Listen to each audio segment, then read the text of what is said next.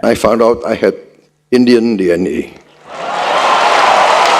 Asian president जो है वो तो तारीफें कर कर मेरा तो डीएनए इंडियन है, हमारी 50% लैंग्वेज उनकी है, मैं मोदी की पॉलिसीज को इम्प्लीमेंट कर रहा हूँ। ये इंडोनेशियन प्रेसिडेंट आखिर चाहता क्या है? कि मोदी है तो मुमकिन है।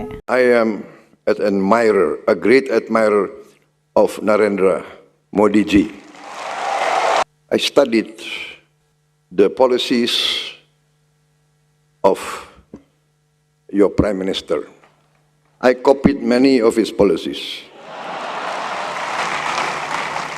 मतलब इतना ज्यादा दे रहा है प्रोटोकॉल और पता नहीं कोई बड़ी लंबी चौड़ी बातें हो रही हैं, डिफेंस डील्स भी हो रही। भारत ने ब्रह्मोस क्रूज मिसाइल्स और Astra air to air missiles Indonesia के साथ डील फाइनलाइज कर लिया है। बाली में ड्राइव करें तो जैसा चौराहे आते हैं ना, चौराहे के बीच में बड़े बड़े खूबसूरत महाभारत और रामायण के वो इमेजेस सड़कों पर आपको बीच में या क्रॉस रोड्स पे आपको अर्जुन की चैरियट बड़ी खूबसूरत बनी हुई, ये महाभारत के रामायण के सिंबल्स, मंदिरें बहुत खूबसूरत है। दोस्तों, इंडोनेशिया के प्रेसिडेंट प्रोवो सवियांटो ने मंगलवार को प्राइम मिनिस्टर नरेंद्र मोदी की लीडरशिप में इंडिया की तेजी से हो रही तरक्की की तारीफ की। उन्होंने कहा कि वो प्राइम मिनिस्टर मोदी के बहुत बड़े फैन हैं और कई सालों से उनकी पॉलिसीज को स्टडी कर रहे हैं। उन्होंने ये भी माना कि उन्होंने मोदी सरकार की कई पॉलिसी से इंस्पिरेशन ली है और उन्हें इंडोनेशिया में लागू किया है। जकार्ता में प्राइम मिनिस्टर नरेंद्र मोदी के साथ इंडियन कम्युनिटी को एड्रेस करते हुए इंडोनेशिया के प्रेसिडेंट ने इंडिया और इंडियन कल्चर के लिए अपना गहरा प्यार जाहिर किया। उन्होंने कहा, इंडिया के अपने स्टेट विजिट से पहले मैंने एक डीएनए टेस्ट करवाया था। इससे पता चला कि मेरे डीएनए में इंडियन रूट्स हैं। शायद इसीलिए जब भी मैं इंडियन म्यूजिक सुनता हूं, मेरा शरीर अपने आप नाचने लगता है। उनके इस कमेंट पर इवेंट में मौजूद ऑडियंस ने जोरदार तालियां बजाईं। अब जब इंडोनेशिया के प्रेसिडेंट ने प्राइम मिनिस्टर मोदी की तारीफ की है, पाकिस्तान पूरी तरह से जला भुना बैठा है। मोदी साहब जो है वो इंडोनेशिया गए हुए हैं और वहां पर उनको दी हाईएस्ट अवार्ड दिया गया है इंडिया के प्राइम मिनिस्टर नरेंद्र मोदी को इंडोनेशिया में। अब वैसे तो सर वो जहां भी जाते हैं, मुझे तो याद नहीं पड़ता कि वो कौन सा कंट्री है जहां का अवार्ड उनको ना मिला हो। तो अब ये मोदी जाके क्या मतलब, ये डोमेस्टिक मोदी सारा का सारा डोमेस्टिक कंजम्पशन पे कर रहे हैं क्या? वो वहां बैठ के इंडोनेशिया के प्रेसिडेंट के साथ बैठ के ये क्या बातें करेंगे? मंदिरों की बातें करेंगे। And why he is interested in मंदिरों के बारे में? अगर वो ज्यादा कुछ करने लगे तो उनकी पब्लिक भड़क जाएगी, it will have a backfire. और आपको ये भी तो पता है ना, वो पाकिस्तान नहीं आए थे, मैंने कल भी आपको बताया था। तो ये obviously he has this kind of a mindset. बहरहाल मैं अभी देख रहा था, वो कह रहे जनाब हमारी 50% जो लैंग्वेज है फ्रॉम संस्कृत है, हमारे बहुत सारे नाम संस्कृत से हैं। ये सुबियांतो कह रहे हैं, ये कोई और नहीं कह रहे।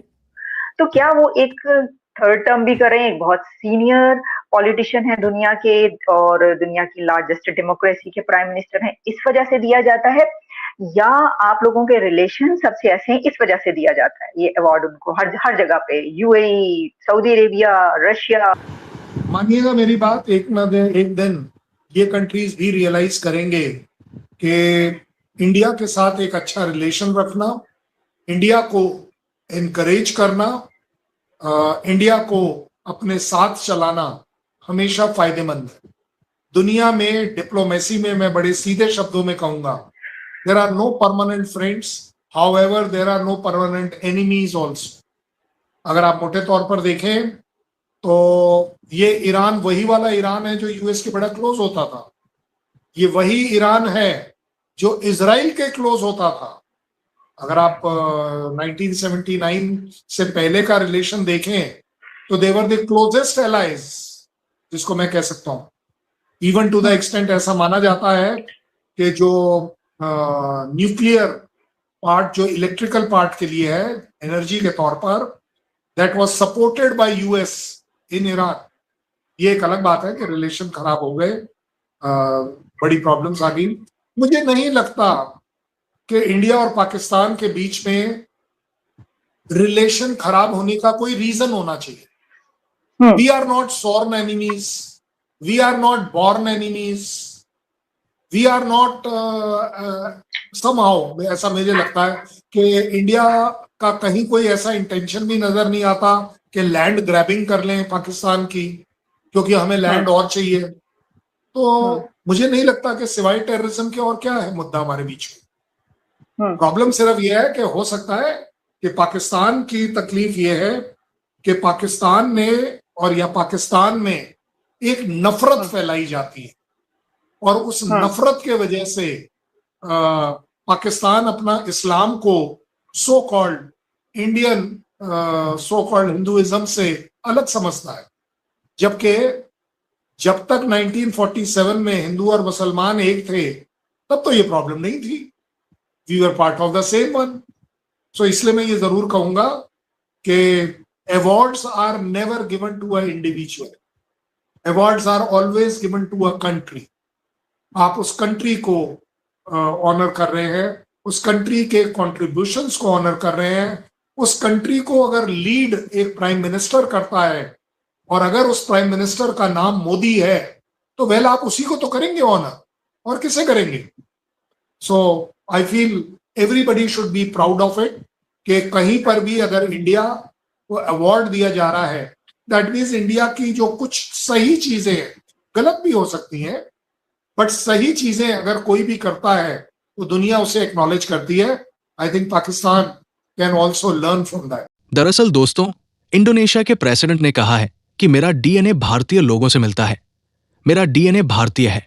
यह सुनकर पाकिस्तान की मीडिया और मौलवी भी पूरी तरह से बौखलाए हुए हैं, और पाकिस्तानी मीडिया और बातचीत में हलचल मची हुई है कि देखो, एक मुस्लिम देश ने खुद को हिंदू घोषित कर दिया है। इससे ज्यादा दुख की बात क्या है कि उन्होंने इस्लाम छोड़ दिया और हिंदू बन गए। भारत ने ऐसा कौन सा जादू कर दिया है कि सभी देश भारत के हित में बात करते हैं। और इंडोनेशिया के पीएम खुद प्रेसिडेंट ने प्रधानमंत्री के सामने अपना डीएनए हिंदू घोषित किया है, और पीएम मोदी की तारीफ करते हुए कहा कि पीएम मोदी की स्कीम बहुत अच्छी है और मुझे भारतीय गाने और डांस करने की बहुत इच्छा है। और इंडोनेशिया के प्रेसिडेंट ने यह भी कहा कि हमारी 50% भाषा संस्कृत है। ये सब सुनने के बाद पाकिस्तान बहुत परेशान है। तो दोस्तों, आज के वीडियो के लिए बस इतना ही। अगर आपको वीडियो पसंद आया तो प्लीज इसे लाइक करें। अगर आप चैनल पर नए हैं तो प्लीज सब्सक्राइब करें। धन्यवाद। इंडोनेशियन प्रेसिडेंट जो है वो तो तारीफें कर कर थक गए हैं, मेरा तो डीएनए इंडियन है, हमारी 50% लैंग्वेज उनकी है, मैं मोदी की पॉलिसीज को इम्प्लीमेंट कर रहा हूँ। ये इंडोनेशियन प्रेसिडेंट आखिर चाहता क्या है? मतलब इतना ज्यादा दे रहा है प्रोटोकॉल, और पता नहीं कोई बड़ी लंबी चौड़ी बातें हो रही हैं, डिफेंस डील्स भी हो रही हैं, एक तो उस पर भी बात करनी है और फिर नेटो पे भी आते हैं, और उल्टा अमेरिका ने फिर ईरान पे हमला कर दिया, इस पे भी आते हैं। तो सबसे पहले अगर इस पे थोड़ा कमेंट कर दें तो इनफैक्ट आई थिंक मेरी एमबीए के क्लास के एक दो बच्चे 25-30 साल से वहाँ इंडोनेशिया में काम कर रहे हैं। They gone there and work there.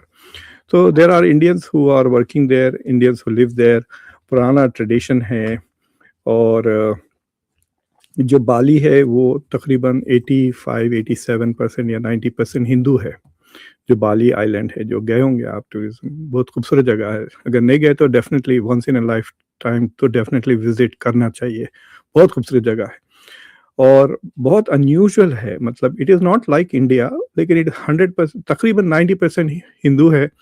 और आप सड़कों पर आपको बीच में या क्रॉस रोड्स पे आपको अर्जुन की चैरियट बड़ी खूबसूरत बनी हुई, ये महाभारत के, रामायण के सिंबल्स, मंदिरें बहुत खूबसूरत है।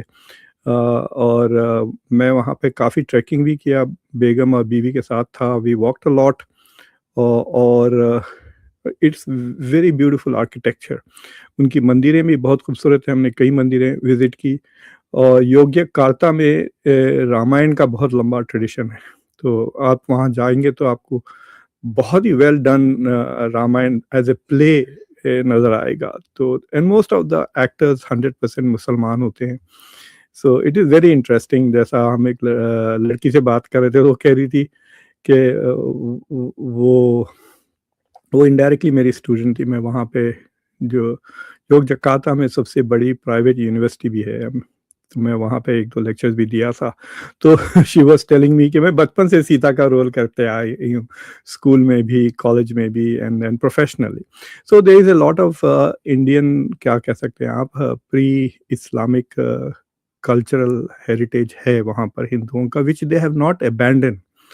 अगर आप पाकिस्तान, अफ़गानिस्तान का जो करंट सिचुएशन देखें आप, तो कल्चर भी पूरा पर्शियनाइज़्ड हो गया है।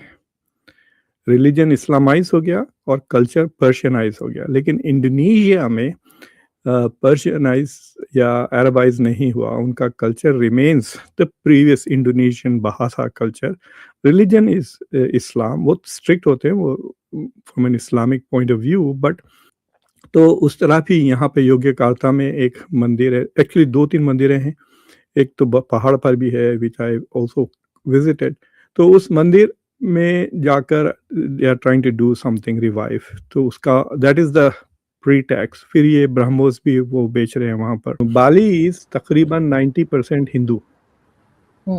और बाली, आई डोंट नो वेदर आप गई हैं, बट अगर आप नहीं, बाली मैंने में ड्राइव करें तो जैसा चौराहे आते हैं ना, चौराहे के बीच में बड़े-बड़े खूबसूरत महाभारत और रामायण के वो इमेजेस, मूर्तिज़ वगैरह हैं हिंदू भगवानात के, बहुत खूबसूरत टेम्पल्स हैं। So it's a very Hindu community Bali की। ओके। लेकिन मेरे ख्याल से 2% से ज़्यादा या 2% भी मुश्किल से हैं हिंदू इन बांग्लादेश, सॉरी इन इंडोनेशिया। अब जो शहर जा रहे हैं मोदी, वो योग्यकार्ता जा रहे हैं। तो योग्यकार्ता में एक बहुत ही खूबसूरत पहाड़ पर हिंदू टेम्पल है, जो यूनेस्को की वर्ल्ड हेरिटेज में लिस्टेड है। और भी दूसरे मंदिरें हैं, एक मंदिर का वो जिक्र कर रहे हैं जो शायद इंडिया उनको पैसे देगा टू फिक्स इट और व्हाटएवर, टू रिवाइव इट। तो वहाँ पे काफ़ी दिन थे हम लोग, मैं और मेरी वाइफ और बेटी भी गए थी। तो we were at a conference. तो मेरी बेटी ने भी पेपर प्रेजेंट किया एंड देन वो दोनों तफरी में लग गए। मैं पूरा कॉन्फ्रेंस का, मैं वन ऑफ द ऑर्गेनाइजर्स था, सो आई वाज वेरी बिजी। तो वहाँ पे रामायण बाकायदा प्ले किया जाता है। इंडोनेशिया में मेनी प्लेसेस उसको बहुत। तो we were supposed to go, मैं नहीं जा सका, मेरी टिकट वेस्ट हो गई, काफ़ी महंगा था वो। तो वो मंदिर में रात में जैसा वो होता नहीं है, लाइट एंड म्यूजिक शो होता है ना, उस तरह का रामायण वाज बीइंग प्लेड। तो माय वाइफ वाज सेइंग कि it was very well done. और क्योंकि ज़रा हम लोग फॉरेनर्स थे तो उनकी मुलाकात हुई विद द एक्टर्स ऑल्सो। सारे एक्टर्स मुसलमान हैं, बट दे आर लाइक बचपन से रामायण के एक्टिंग स्कूल में भी किए, बाद में भी किए। सो it's a very cultural part of that show. मतलब आई एम सरप्राइज कि ये सारी चीज़ें पाकिस्तान में नहीं होती हैं, because this is part of it. Like मैंने खुतबे दिए हैं मस्जिदों में, जिसमें मैंने रामायण के और महाभारत के किस्से सुनाए हैं। यहाँ पर अमेरिका में भी